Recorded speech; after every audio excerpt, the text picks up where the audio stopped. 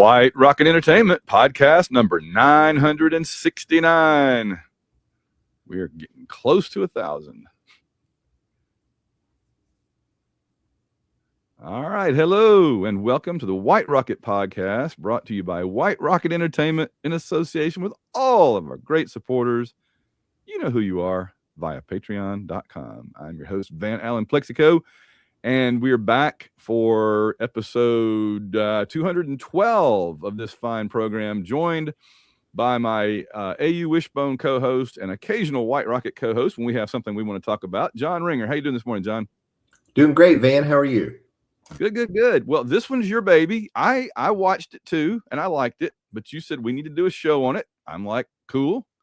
So we're going to talk about HBO's first season, recently concluded, I think, of A Night of the Seven Kingdoms. Did it come out weekly, or did they put the whole thing out at once? I'm not weekly. Sure. Okay, I watched the whole thing more or less at once, so I wasn't sure. I kind of caught it at the end. And as many of you know, John and I have been big Game of Thrones fans since the books started coming out back in the late 90s. And we watched the TV adaptation with varying degrees of approval, disapproval, glee, depression. But that's pretty much what it's like to watch it under any circumstances, right? Exactly. You get all the emotions. But we like the show and we like the books. And so we read these back in the day. These were more novellas, like a series of novellas. And they were cute. They were kind of a nice little change of pace, right? A change up from the big high politics, life or death stuff. So it's kind of cool that they're doing this series. What do you and by the way, let's go ahead and note we're going to do sort of spoiler free for the first few minutes, and then we'll give you a heads up that we're going to talk about stuff that actually happened on the show. So what's your kind of lead in to this? I said a couple of things. What are your thoughts? I think you've framed it well. It's a story set in the Game of Thrones universe, but it is not directly tied to the original Song of Fire and Ice story or the House of the Dragon story they're doing in the other show. It's a different time period with different characters, and it's as you described them, they're novellas. Unlike the Game of Thrones books themselves, which are gigantic, these are tiny, very short, easy to read novellas, and it turns into a short, easy to watch television show, I think, where it's not long, it's not asking the audience too much, and so I think that's one of the things that makes it a entertaining and attractive show, and a much smaller cast of characters. So, but here's the great irony: when Game of Thrones was on with its gigantic cast of characters, I knew who pretty much everybody was because I'd been reading the books within the previous few years. This show has a much more limited cast, and yet I didn't know who hardly anybody was. And that's, it's a combination of several things. One, it's been a while. And then two, it's 100 years before Game of Thrones. So there's differences, right? And I was also going to mention this thing is all ed up with Targaryens, which is funny because so is the House of the Dragon. It's like, I didn't have this in our notes, so I was just going to ask you this. It's kind of like Martin created the Targaryens as this, this family, this house that had been around in the past and were now mostly gone. And it was that power vacuum and the fight to fill that vacuum. But it's like he was so fascinated by them that everything else he's done, they've been front and center. So what do you make of that? I mean, I think it's a good comment. I think the Targaryens are tied to this period of Westerosi history because they came and conquered with the dragons, and that's the fascinating part. And then they were ruling with dragons, and then they're ruling without the dragons. And then later, as we get to the time frame of the regular Song of Fire and Ice story, the dragons are gone and potentially coming back, right? So in this time frame of the Dunk and Egg story, the dragons are gone and magic is mostly gone. And so it is a very different story than the other two because of those things. Yeah, I really do feel like he realized as he was writing Game of Thrones that the Targaryens were a lot more interesting than he maybe first thought, and that's so he did that. I guess it's I have it down here somewhere, but that House of the Dragon book, Fire and Blood. Fire and Blood, yeah, that's kind of what it's based on. I mean, I could just see him going, well, I want to write about them now, and they're all dead, pretty much, you know. So he did that thing in the original series where he'd throw in a paragraph of backstory about some Targaryen from hundreds of years before that did some cool thing, and then you'd be like, okay, I'm interested in that, you know. Yeah, let's know more. Yeah, because I mean, yeah, Game of Thrones really is sort of like the decline and fall of the Roman Empire in a way, and it's fun to go back and see the height of the empire, you know, the height of the Romans. What were the big emperors doing? And that's kind of, and the dragon thing is interesting too. They touch on that a little bit in this show that the dragons. That's, you know, let's talk about them for a second. The Targaryens were very alien when they first came to Westeros, right? They looked different. They had different social practices, marrying their brothers and sisters and all. They had weird colored hair and stuff. They had the dragons, obviously. They were very alien. They were very different. But a large part of the whole Game of Thrones mythos is how the conquerors get conquered by the land they conquered. Because by the time of Game of Thrones, well, by the time of this, they're just another royal family. They don't have the dragons anymore. They're not that weird anymore. And then, of course, by Game of Thrones, they're pretty much gone, you know. So it's interesting how, I don't know if he planned this intentionally, but it's interesting how it makes this commentary on history that, you know, you can conquer a land, but if you're there long enough, the land kind of conquers you back. Oh, that was really interesting. It's kind of like what happened to the Romans in Europe. They eventually just became modern Europe, you know, when they got overrun by the barbarians. It is, and it's also the human beings involved are not as perfect as maybe some of their predecessors were, as we see in this show. There's a lot of kind of flawed Targaryen people. Yeah, and it's neat too because none of this was planned, but it occurred to me. One of the things that this show really kind of says is, you know, every now and then an individual comes along that harkens back to the greatness of some group or family, but the world is so brutal that they might get killed. Yes. And so it's kind of like the mediocre people that stay out of the line of fire that survive and procreate, while the great ones end up dying in glorious battle. It's just kind of sad. So, well, anyway, yes, you asked the question, would you recommend the show to people? Absolutely. Why would you say it was something people should watch? I would say this is something people should watch because it's a high quality show. They obviously spent a lot of time, money, and energy in producing it. So it looks like a deluxe HBO show looks, right? The costumes, set, all that kind of stuff are first class. Should win some Academy Awards, right? As I said, the shows are very short. There's only 6 episodes, and each episode only ranges from 31 to 42 minutes. It's not that much time. This isn't a 20 episode, hour and a half episode length series. You could knock this out in a day if you wanted to.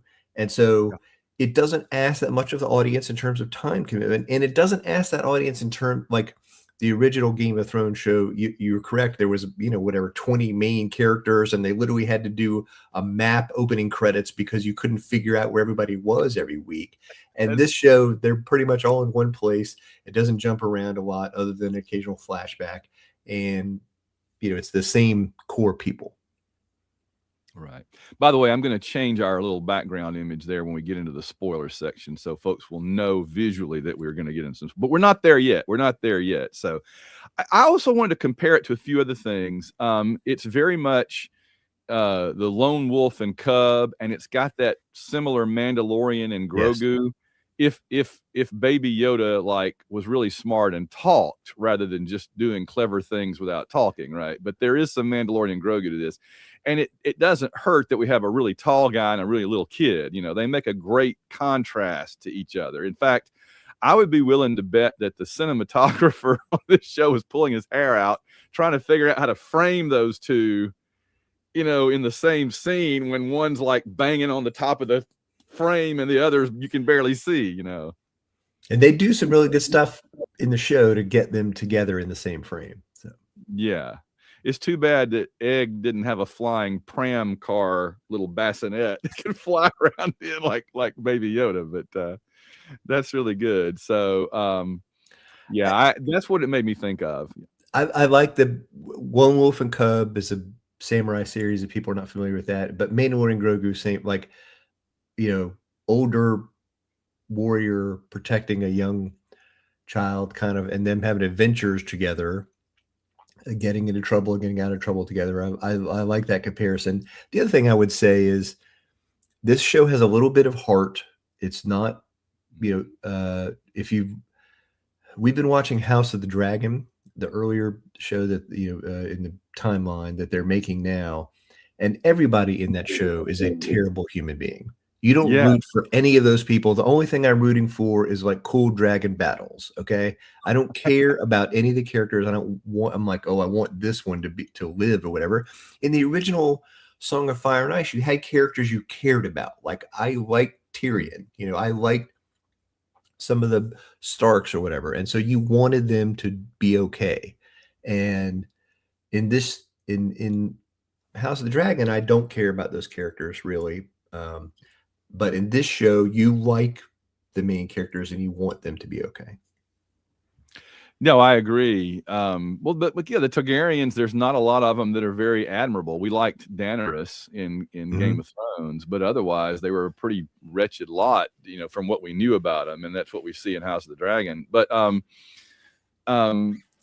couple of things. One, I'm going to mention the characters, the actors. So Dunk, the big guy there, is played by a former professional rugby player from Ireland, Peter Claffey. He's 6'5", and he retired in 2019 to pursue acting. And I got to say, he's good. He for a professional rugby player that's probably spent years getting hit in the head without a helmet. He's very good. He is. And I was surprised. It's like, this guy, I mean, because it's not just that he's dim-witted, because he's you know, the character of Dunk is one of these characters that comes across as dim-witted and kind of slow-witted and everything, but he's really sharp. He's just he's deliberative and he's determined, and and this guy plays that so well. Yes, he plays it so well. And then to contrast, Egg is Dexter Saul Ansel of Britain. He's 12 and was also in a Hunger Games movie. So this isn't even his first role at 12. And I like that George R.R. Martin says that Dexter Saul Ansel looks like he jumped right out of the book, that he's so perfect as Egg. And the other thing that original novellas have is drawings, pencil drawings of the two characters in different scenes. And Egg does, the actor you're describing does seem exactly like the way the character of Egg is drawn in those drawings in the novella. And to a degree, there's almost a little bit of Pinky in the Brain to him, you know, like the big dumber guy and the little smart guy, you know, except they're not the same characters. But there's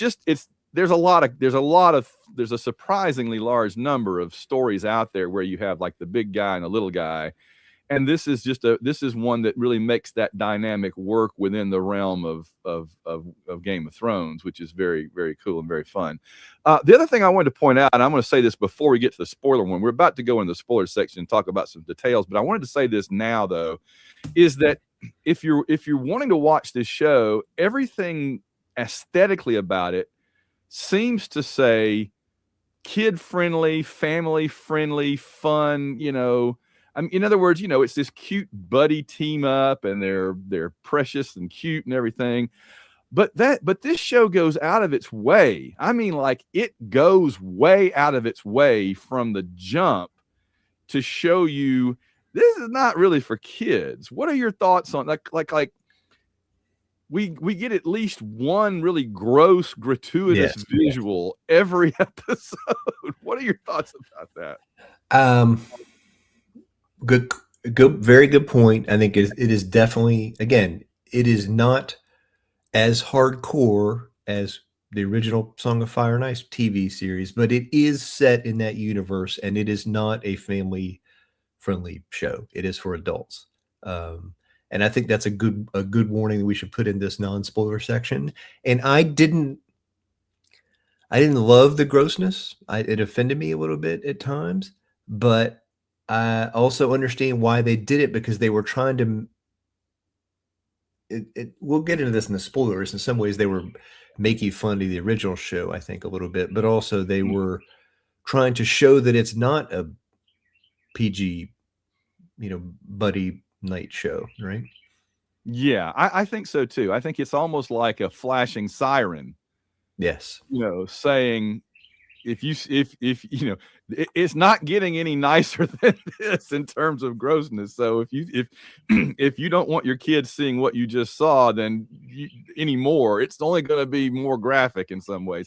And it's just kind of surprising, I guess, in a way. I mean, I almost wish they could go back and do, I'm not into censorship or anything, but I kind of wish they could do this show in a way that was a little more family friendly. But then, as with anything in Game of Thrones, there's always like prostitutes and stuff, and you can't do that if you're going to bring the kids in and avoid the gross stuff. So it's like you kind of need to, it is a kind of a happy-go-lucky, fun couple of characters in a way, but they're also in a really crappy world that's pretty gross, and they show you. So, all right. They're not messing around with that. No. So let's go ahead and I'm going to switch back our graphic to say we are now into there they are, going into the spoiler section. So if you haven't watched the show and we've intrigued you enough, go check it out and come back and start back here at about 17 minutes in, and you'll get a discussion of what's going on. All right. So you have a few thoughts that you want to, or questions you want to ask us. So what was your favorite part of the show? What were scenes or characters or things that happened that you really enjoyed? One thing I thought was very clever was how they would do flashbacks, and sometimes the flashbacks would contrast dramatically with what Dunk was saying. Like Dunk is going, "Oh, my master taught me so well, and he was such a great knight." And then it's showing the dude stumbling around drunk, and falling over, and collapsing on the ground and stuff. So they kind of played off. I thought that was very clever how, it's like, who are you going to believe, me or your own eyes, kind of thing. I thought that was really cool. And then I don't know, so many parts of this show were where you're frustrated for the main character because he keeps getting stymied. We're obviously told, we need to root for this guy because he's a good-hearted man. He's a good-hearted guy in a crappy world. But then he has to deal with those people that are all so mean to him. So there's a lot of frustration there where you're like, God, everybody's so mean to him, and he just can't get a break until Egg comes along, which is another reason I think that we appreciate and like Egg so much, is that he's like the one character in the entire show that sees Duncan from the very beginning as a good guy and kind of gravitates toward him. Yes. So their relationship is like the most true and honest in a world of duplicity and lies and dishonesty. Their relationship is like very honest. And I like that Duncan doesn't just immediately take him on like, oh, here's somebody that'll do my bidding. Yeah, kid, come on, do my bidding. He's like, no, stay away. I don't want to hurt you. I don't want you to get you involved in things, or you're a little stable boy. What do you know? And he has to be kind of convinced that this kid is worthwhile. He doesn't know who he is, obviously, at first, for the most part, right? So I don't know. We can talk about specific scenes and characters and stuff, and that's great. But I just thought they did a good job of telling the story visually versus you know what I mean? Versus the narrative and everything. I like that, the way you said it. The story, their relationship is kind of the heart of it, but also Dunk being frustrated, he wants to enter the tournament. You know, he's told no. You got to prove yourself. You got to get somebody to certify you, whatever, so you can be in the tournament. And then, then the story twists, and his, because he does what he's supposed to do as a knight and fulfill his vows to protect the innocent. He's then threatened with death, and Egg has to reveal himself to protect Duncan, and that becomes a whole thing of how dare you, make this prince, clean your horse and wash your dishes and and then take care of your camp, and then it becomes the trial itself of how does he's frustrated again, like, how do I prove myself not guilty, and then how do I come up with 6 other knights to help me prove myself not guilty? Yeah, I know. That's so funny how, I mean, that was one of the most stressful moments for me. Was he hasn't even been able to find hardly anybody that's ever heard of his master and would even be willing to say he might even be something of a knight. And now he's got to turn around and find 6 knights that are willing to risk their lives for him. I mean, yes. I'm like, he's not going to get one. I was shocked that he was able to get so many. But again, it goes back to him being a very honest and true-hearted character that I think, I don't know if it's all, but I think most of the ones that help him are just sort of impressed by him in a way. Well, and when they show up to help, he says, "Oh, I guess that guy, the other Fossaway, got you." And they go, "No, Egg asked us."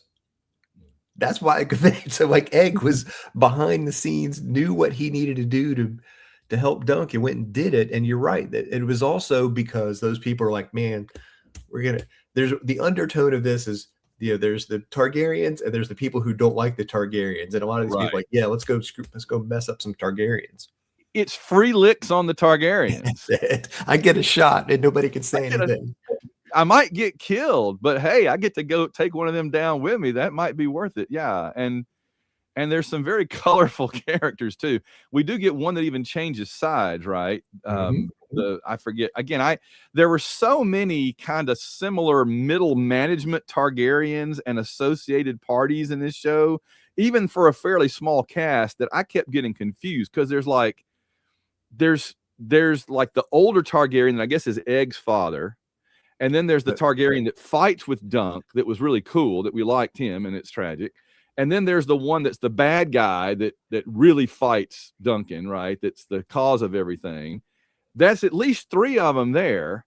Right. So let's take 10 seconds and I'm going to reset the Targaryen dynasty. Where's Egg? Where are these other people? Okay. Egg's grandfather is currently king of the 7 kingdoms, Lord of the 7 kingdoms. He sits on the Iron Throne. He has 4 sons. 2 of them are here. Maekar is the father of Egg, but also Darren, who's the drunk one, who we see at the beginning in the inn, but also later talking to Dunk. He's the drunken one. And then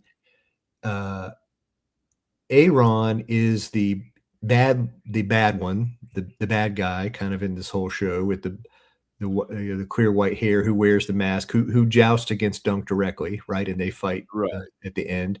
And the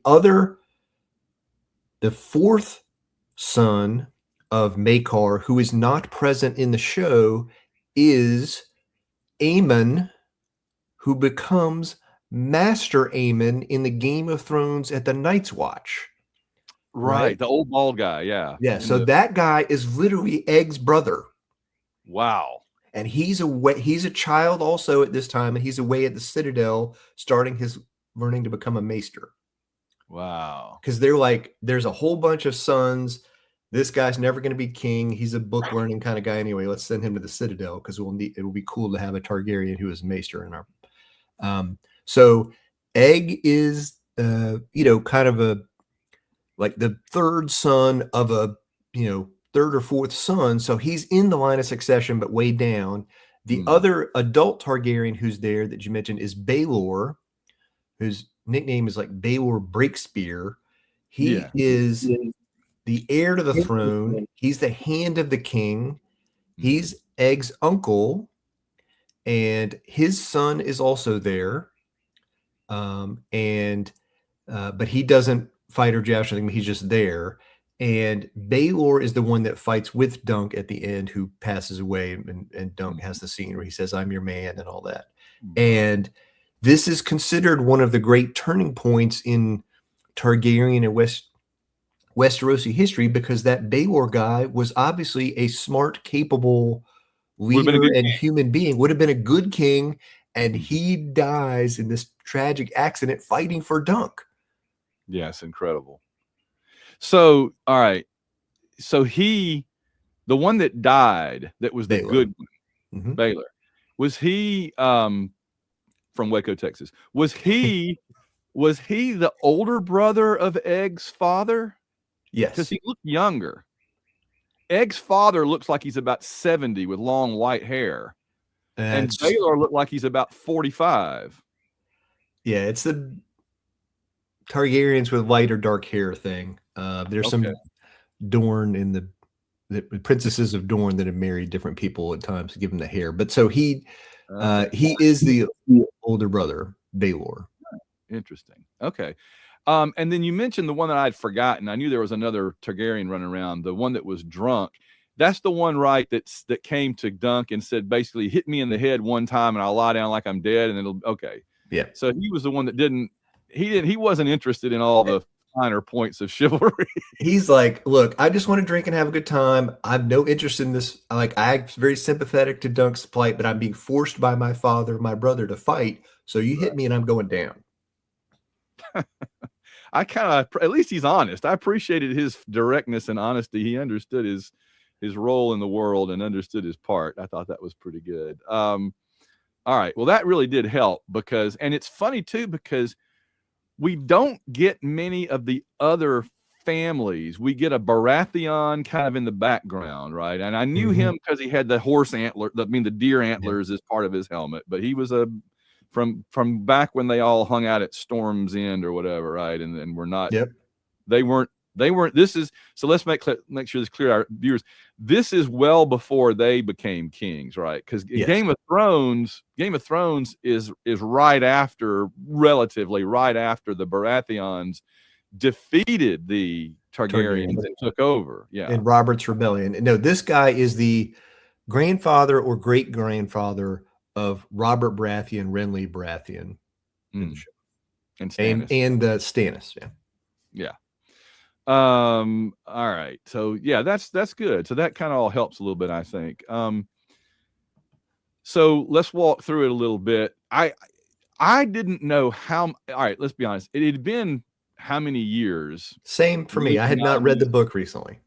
So it had been 20 plus years at least, and I didn't have any idea what it was going to cover or how much. And it doesn't cover a whole lot, but ultimately it does tell a very satisfying, complete story.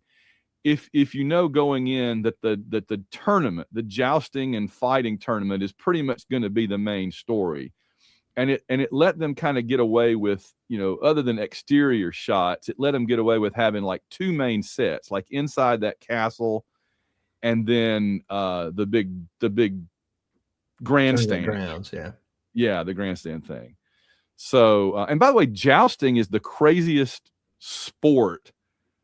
I can't imagine. I mean, you're going to be on horses riding at each other 100 miles an hour with big, long, pointy, sharp things to jab in each other's chest as you do a drive-by. Whoever thought they should take the cream of chivalry of knights and have them do this to each other? It's crazy, but there they are. Agreed. But it is cinematically entertaining and enjoyable. Yeah, it's very visual. I think the visuals of the jousting and the combat in the show is really good. Yeah. But you're right. A lot of it is about, there's this tournament at Ashford Meadows. Dunk's going there. He meets Egg on the road. They travel together, and then Dunk gets in trouble trying to protect a woman who's a puppeteer that they've met that he likes. Tansel is her name, and the bad Targaryen guy Aeron is beating her up because she has portrayed a dragon as dying in this puppet show, and that's Right. like, that's forbidden thought or whatever. The dragons can't die, they can't lose. Yeah. And so he's like, "Oh, we gotta put an end to this." And so he's hurting her. Dunk beats him up, and then Dunk gets arrested, and Egg saves him by revealing who he is. So a couple of things here. One, I sympathize with the Targaryens in a way, because if we went to an Iron Bowl and the Friday night before the Iron Bowl we went to a bar or something, and they did a whole production where an elephant kills a tiger, I'd want the elephant actor arrested and dragged off to the dungeon. Absolutely. So I get it. I get it. What was Egg doing that he ended up meeting up with Dunk, right? He's out wandering around unsupervised, this kid. What's he So doing? the whole family was traveling from their family home. Summerhall is Maekar, Egg's dad's castle. It's a Targaryen castle, and they were traveling from there to the tournament. And Egg and his drunken brother Darren slipped away because they, wanted to go off on their own and do stuff. And Darren did not want to fight or joust. He just wanted to hang out and drink. So he's like, let's slip away and go do this. And Egg's like, great, I want to get out from under the thumb of my father and evil brother. And so they slip away and go to this inn where Darren drinks himself unconscious, and Egg is just hanging out when Duncan shows up and assumes that Egg is the stable boy. Yes. And it's like, take care of my horse. Egg isn't really the stable boy. He's just hanging out there while his brother's passed out on the table inside. And so Egg's like, fine, I know what to do with the horse. So he starts taking care of it. And that's how they meet. And then Egg is like, hey, take me with you. I'll be your squire. You need a squire. I know what to do. And Egg and Dunk's like, I don't need a squire. Go. You don't know what you're doing. He assumes that Egg is the child of the woman who owns the inn, and therefore he's like, no, I'm going to go on without you. And then Egg, weaves the inn and follows Duncan and meets him at his camp later. Well, what's the motivation for Egg to want to hook up with Duncan like that? Is he's interested, or he's intrigued by his what, or just to get away or whatever? I think he wants to get away. I think he sees this as a way to go to the tournament undercover. Yeah. But also I think he sees that Dunk is a good person and wants to spend time with him instead of like sitting around this, barn at this inn while his brother drinks himself to death or whatever. So I think he's like, this seems like a good thing to do, and I could go, learn some stuff from this guy and help him and stay undercover.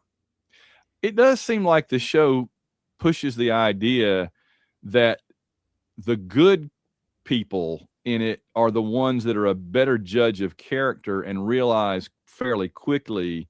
It's like the quicker you acknowledge that Dunk is a good guy, the better you are, right? So Egg immediately kind of latches on to him. So he's immediately a good judge of character.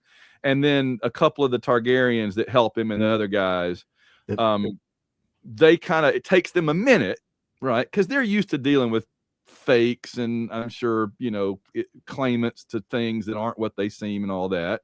And as one of them says, there's as many hedge knights as there are hedges. So they're probably constantly dealing with these knuckleheads that wander in and want to be, I'm a knight, So,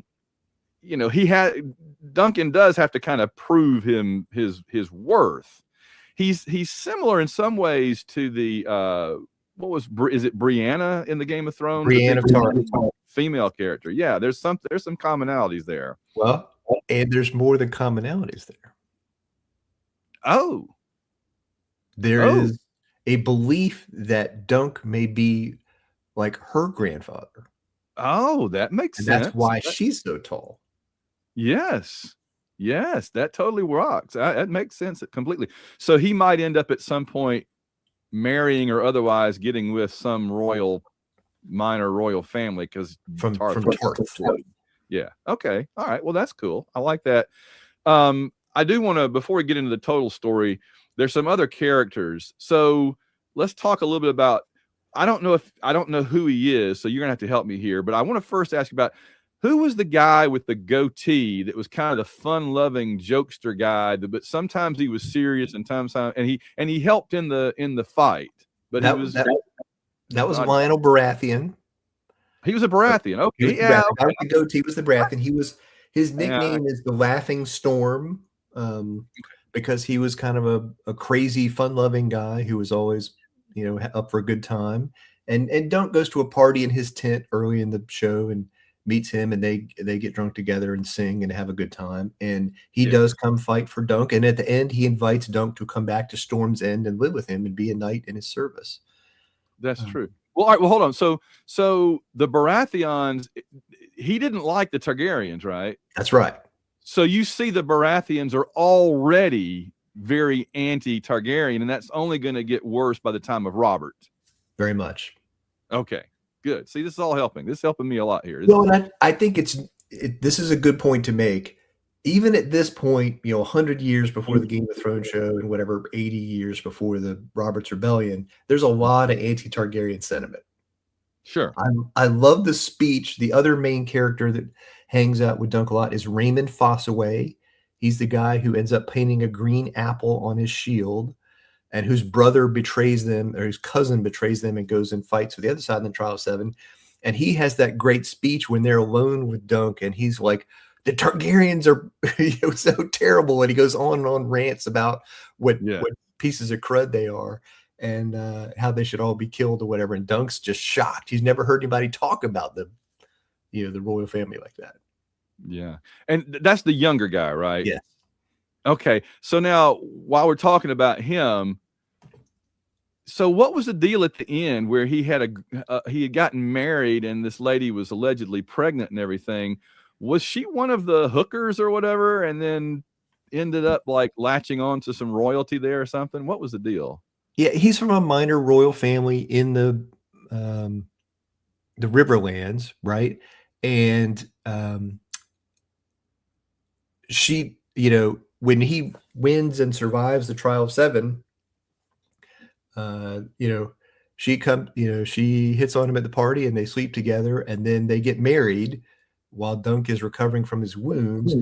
And he believes that she's a regular, woman from the town or the area or whatever. And he's very attracted to her. So he marries her, but she has actually been, prying her trade at the tournament, and kind of fools him. And Dunk gets it at the end, but he's not going to say anything to ruin his friend's happiness. Right. And like, if they'll go off and live happily together and open his old cider business. And so Dunk doesn't say anything to spoil it, but he looks at them like, oh, I know what's going on here. And he's like, just y'all go be happy. So had we seen her before in the show? Yes, in a couple of other scenes, like she said something to Dunk, or she was at a party, like hanging out with other people. That's what I was thinking, was that she didn't just come out of nowhere, but we hadn't really gotten to know her very well. So when she popped up there at the end, I'm like, I think that's one of the ladies, the professional ladies. But also the joke was like, she was creepily pregnant, and she's like, he got me pregnant on the first time. And you're like, okay. Right. Okay. Yeah. So it was amazing. Yeah. So, all right. His, Dunk's previous master was Arlen Pennytree, right? That's the old guy that's stumbling around all the time. And we even got a really nice flashback to how they got together. So talk a little bit about that guy. So Arlen Pennytree was a hedge knight that Dunk learned from. And we see early in one flashback, Dunk grew up in Flea Bottom, the worst part of King's Landing, the poorest part of King's Landing. And at one point we see Arlen Pennytree, protect somebody and fight off some basically crooked city watch guards who were ripping off people, including Dunk and his friends in King's Landing. And, Arlen Pennytree basically, does the right thing and protects these people that these crooked guards are ripping off. But he's drunk and he staggers away, and then he leaves the city, and Dunk doesn't have anything left in King's Landing. All his friend died and stuff. So he's wounded, and he follows Arlen Pennytree down the road every day. Like, he's staying several hundred yards behind him, and living in the woods by himself, basically, because he's like, this guy, I need to learn from him. I need to get out of this town, and this guy has something. And so he keeps following him, and eventually Arlen Pennytree, he knew he was there the whole time, but eventually he's like, this kid is going to freeze to death and starve to death. I've got to take care of him. But then he agrees to put him to work, basically. And he teaches him to be at night. He teaches him to do all the basic things, take care of the horses in the camp, but then also how to fight. And as Dunk grows bigger and bigger, he keeps teaching him. And then eventually Arlen Penny, at the beginning of the show, the very first scene is Arlen Pennytree has just passed away. Mm-hmm. He literally got like an infected wound and died. And Dunk buries him under this tree on the side of the road. And that is the beginning of the show, is Dunk is suddenly without the knight who has been, taking care of him his whole life and kind of leading him around. But also there's this ongoing question of, did Arlen actually knight Duncan? Was Sir Duncan a real knight, or was he a guy who said he was a knight? And we don't know. And there's the moment, in the tournament where he needs to, the other Raymond Fossway is like, hey, knight me, I'll fight for you. And Dunk's like, I don't know. And you think at that moment, Dunk isn't really a knight, because if he was, he would do this. And maybe he doesn't even know the words to say. And then later there's a flashback where he asks Sir Duncan, why did you never knight me? And you think Arlen is dead, but really Arlen's like faking and messing with him. And then he's like, a knight always finishes his story. But you don't get the answer. So right. I like this because it's one of those things they make the reader, the viewer make their own determination. What do you think? So we don't know if Pennytree really was a knight. Yes. And we don't know if Duncan really is a knight. And we don't know if Duncan knows if Duncan is a knight. I mean, there's a lot of ambiguity. Yes. Well, all right. What are your thoughts on it? Because I have no idea. I mean, part of me thinks that he wasn't knighted, right? That Arlen Pennytree died before he could knight Duncan. But then it's also like Dunk fought in the Trial of Seven, and only knights are allowed to do trial by combat. So therefore, by law, he is a knight because he did a knightly thing. Yeah.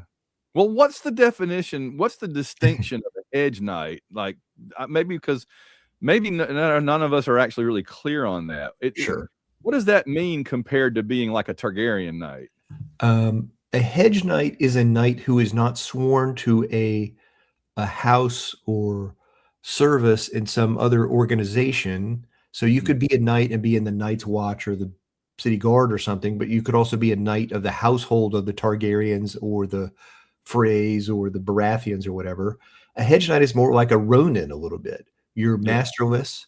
You go from place to place and take different jobs to do different things. For maybe you're there for a few weeks or a season to help them settle some minor border dispute, or to protect a convoy, or do some, train some troops and help or something. And then you're gone on to the next thing. You don't have a permanent place. And I think one of the great things about this story is at the beginning, that's Dunk's dream, right? He wants to find a permanent, steady place, become a household knight for a big house. And at the end of the show, he's offered that place with the Baratheons and the Targaryens and says, no. He's got it. Yes. Yes.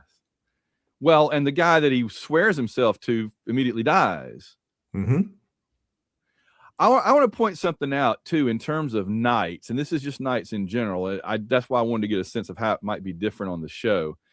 There's several things that knights have, because as his history professor, my students ask me stuff like this when we do world history, like, how would you know if somebody's a knight? And there's several things that knights have that the average peasant living hand to mouth would not have. One is an education, right? So you're probably going to be more educated than the average peasant, and your dialect, the way you speak, will reflect that you grew up in a house with a teacher and with wealthy, educated people, as opposed to out in the fields with the farmers, which would be, you'd just be different. I'm not saying better or worse, obviously, in the grand scheme of things, but just different. You would know, all right?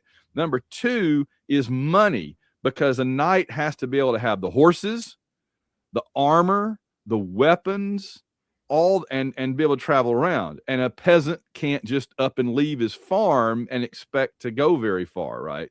And we see that, Duncan is kind of like in that gray area there, has a hard time doing that. Okay. Yes. And then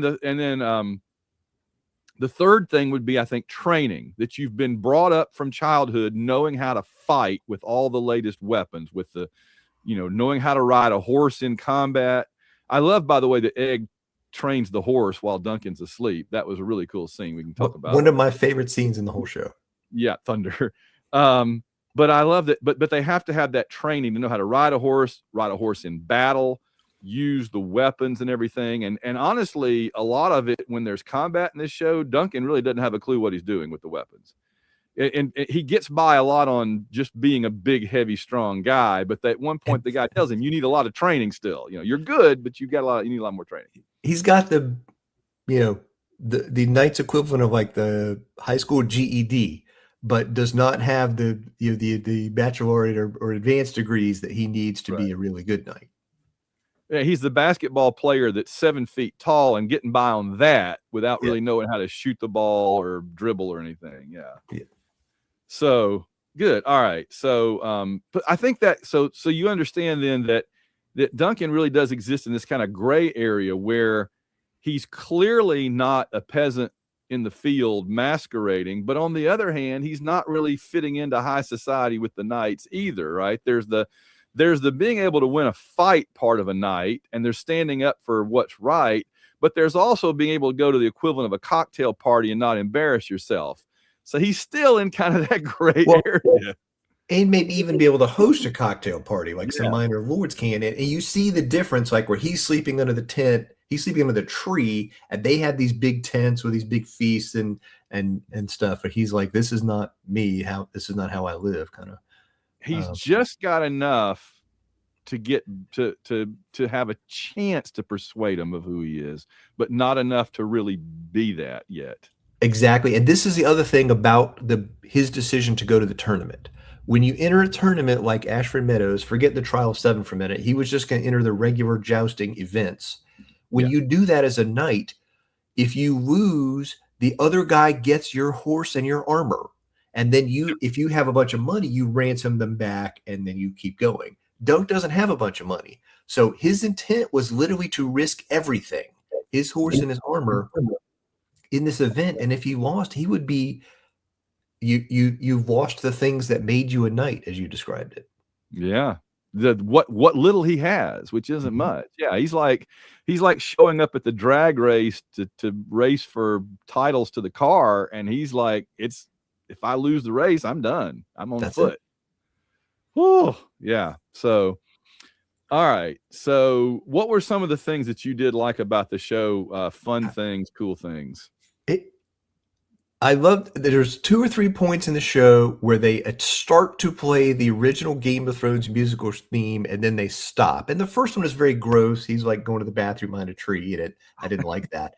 But I just thought that was like, we are not doing that here. Like they start to play that musical theme and everybody's like, oh yeah. And then they're like, record scratch. No.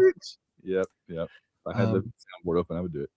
I love the costumes and the armor. I thought they were some of the best I've ever seen a show. The different ornamented helmets and armor is spectacular in this show. The horse armor, all of it is incredibly well done. One of the things that, as you described it, the scale of the show is very small. It's basically one place, this tournament. Dunk is really the only point of view character.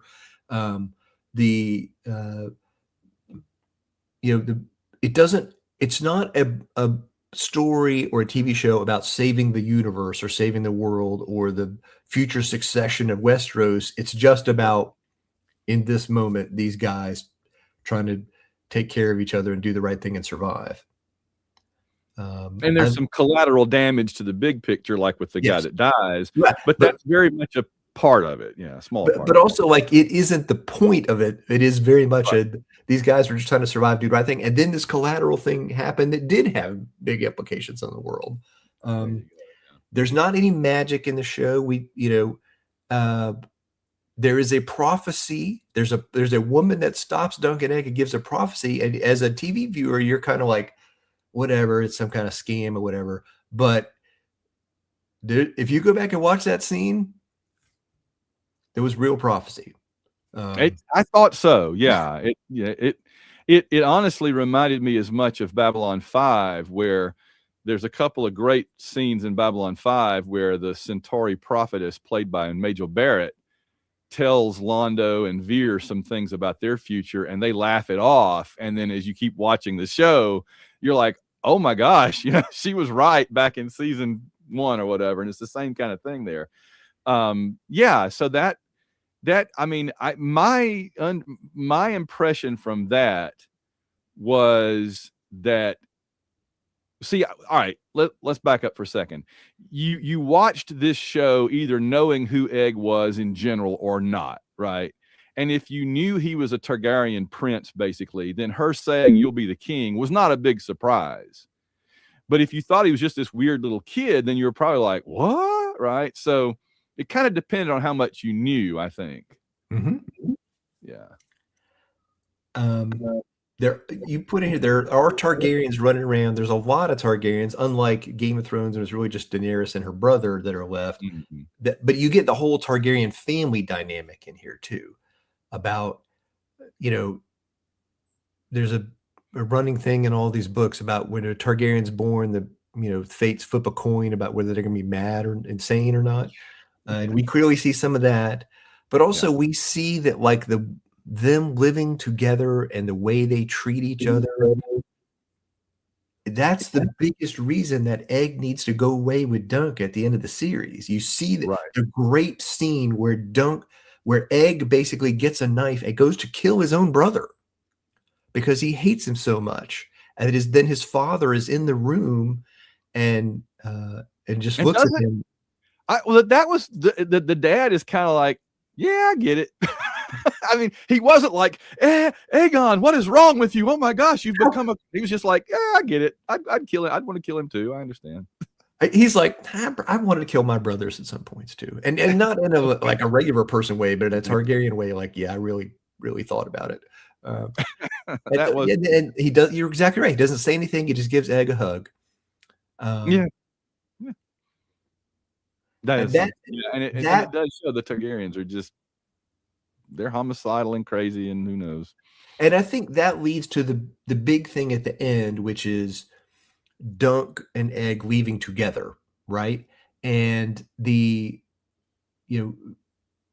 Egg's father, Maekar, told Dunk, you could come live with us at Summer Hall. You could be a household Targaryen knight. You could, Egg can still be your squire, but I'll train you while you're training Egg. You could finish your training with my master at arms. You'll have the finest equipment and horses. But Dunk looks at him and says, basically, your other sons have lived very well. How did they turn out?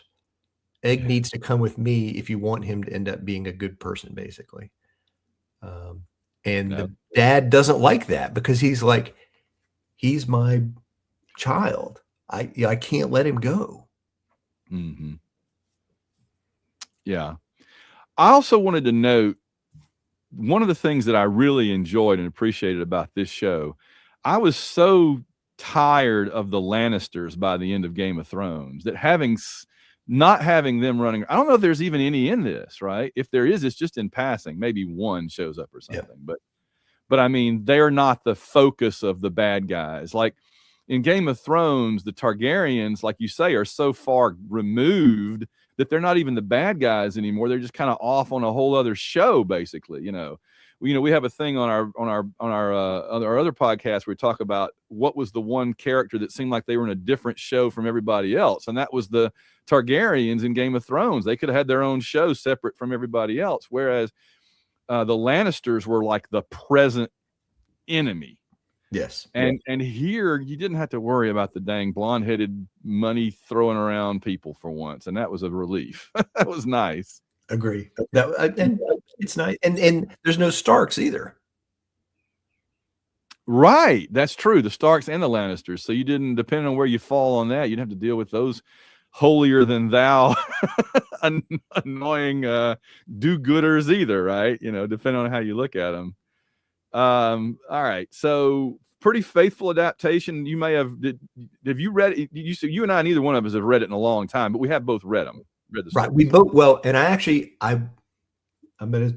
was in Target last week and I was shopping for other stuff and I walked by an end cap that had books on it and I just stopped to look like I always would. And they had a paperback that had all 3 of the novellas in it. And I was like, oh crud. And I just finished the show and I bought it. Because because also like it's very popular right now because of the TV show, and at the library it's 6 months before you could get any of these books. So I bought it because I know I would read them and my children would read them. So I brought it home and I've read the novella for not the first book since I finished watching the show. So I have a good sense that it was very faithful to the book, that it was very true to the novella and kind of what things happen. And I like in the show, when I watched it, it seemed to me like Dunk, and when Dunk leaves and Egg comes to him at the end, that Egg is sneaking away again, right? Yes. Yes.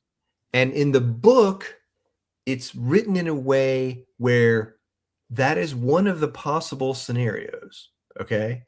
But there are other scenarios that are possible. What you know, it's written in a way. It's the text is basically the same as what happens in the show, but the way it's written, here's your options. Egg sneaks away on his own. Okay. Option 2, Egg's father says, go with Sir Duncan. I give you my blessing. Here's my signet ring in case you get into trouble. Pull this out. And, you know, but I have to publicly act like I didn't tell you to do this because I can't sanction this nonsense, right? And then option 3, he doesn't tell Egg that, but he knows Egg is going to do that. He leaves the signet ring out by itself on his desk when Egg is around and basically goes off and does other stuff. Egg takes the ring on his own and then goes to Duncan. And so his dad kind of informally blessed it and knew he was going to do it. But with deniability. With deniability, right? It's all about deniability versus the first option where he didn't know at all. And in the TV show, he does wear a signet ring. In every scene in the show, he has this big gaudy ring on, except for the scene at the end where he's yelling, Egg, Egg, where is Egg? He doesn't have the ring on. Interesting. Ooh, okay. And you mean the dad, right? The dad, yeah. I was going to say he's worried about ye old family and child services showing up, well, getting him in trouble. He's also worried about people being, you did what? But also there's people who want to harm the Targaryens. They're like, oh, there's a small child Targaryen out there on his own. Let's go get that guy. Oh, the ransom alone, right? You could ransom a kingdom with it. Yeah. So I guess it's true is that you don't want people to know, and he can kind of stay undercover, and he is smart to shave his head. Keep I guess in the book, don't they have like purple hair in the book or something? No, they have the white hair, but purple eyes. Purple eyes, that's right. So, okay. I knew they are a little weirder in the books than they are on the TV show. So, they're all right. So, yeah, it is interesting that there's I was trying to think, because you mentioned that book I do remember seeing that maybe at Barnes & Noble last week.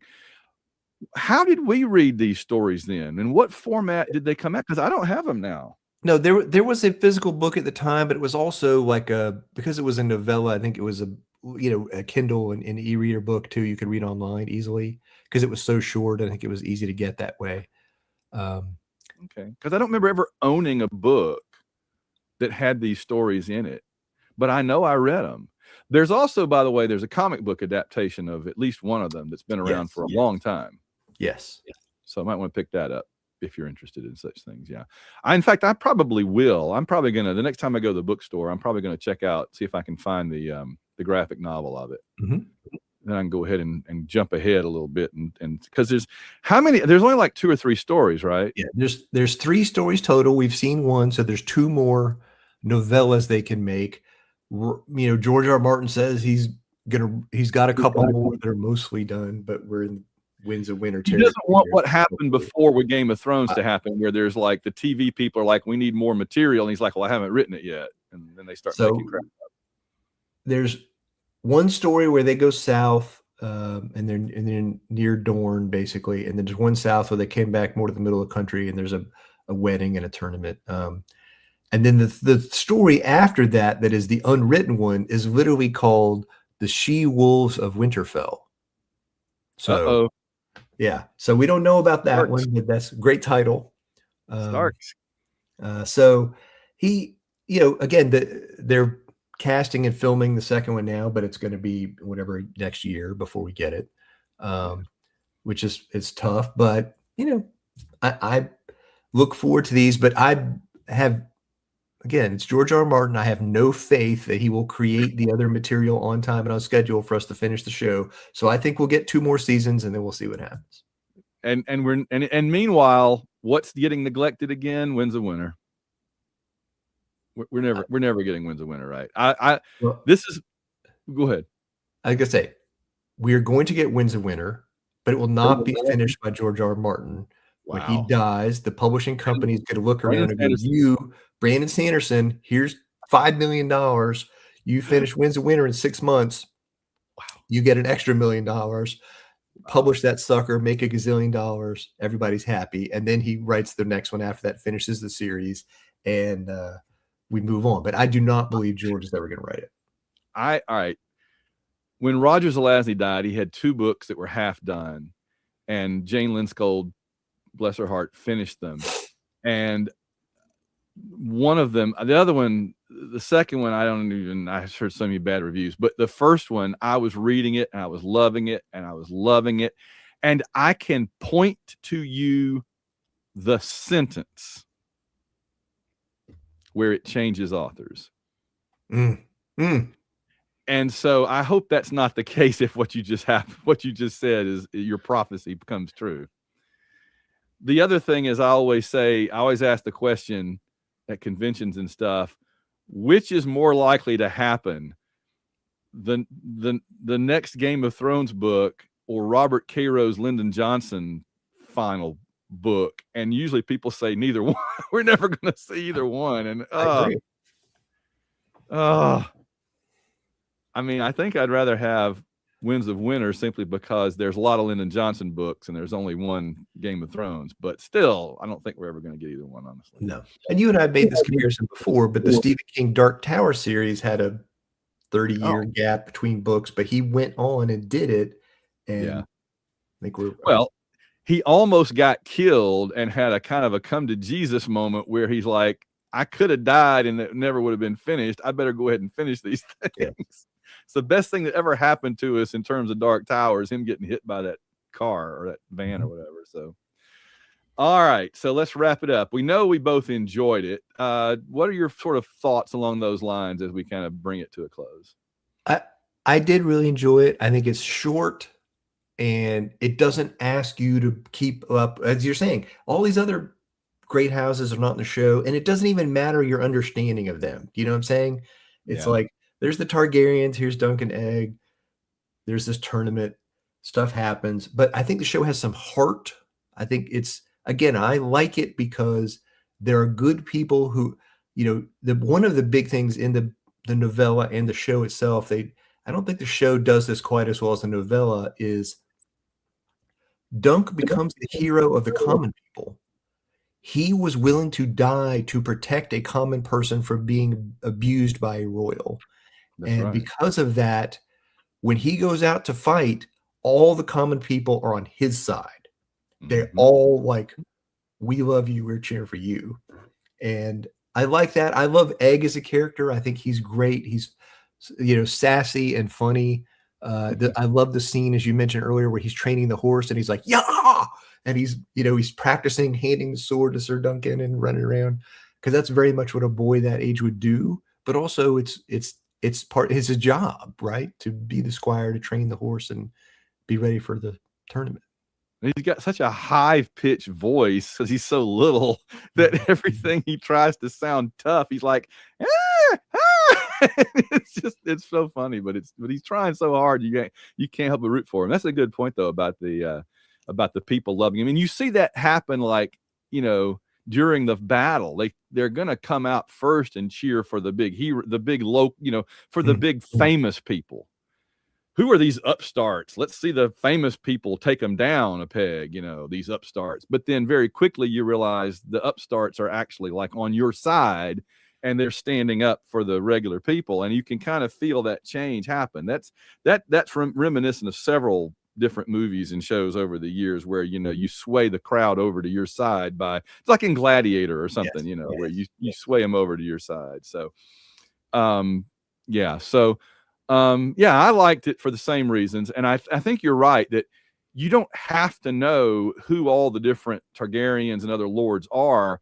I was curious because I'm a Game of Thrones fan to a certain degree. I wanted to understand, and I'd kind of forgotten.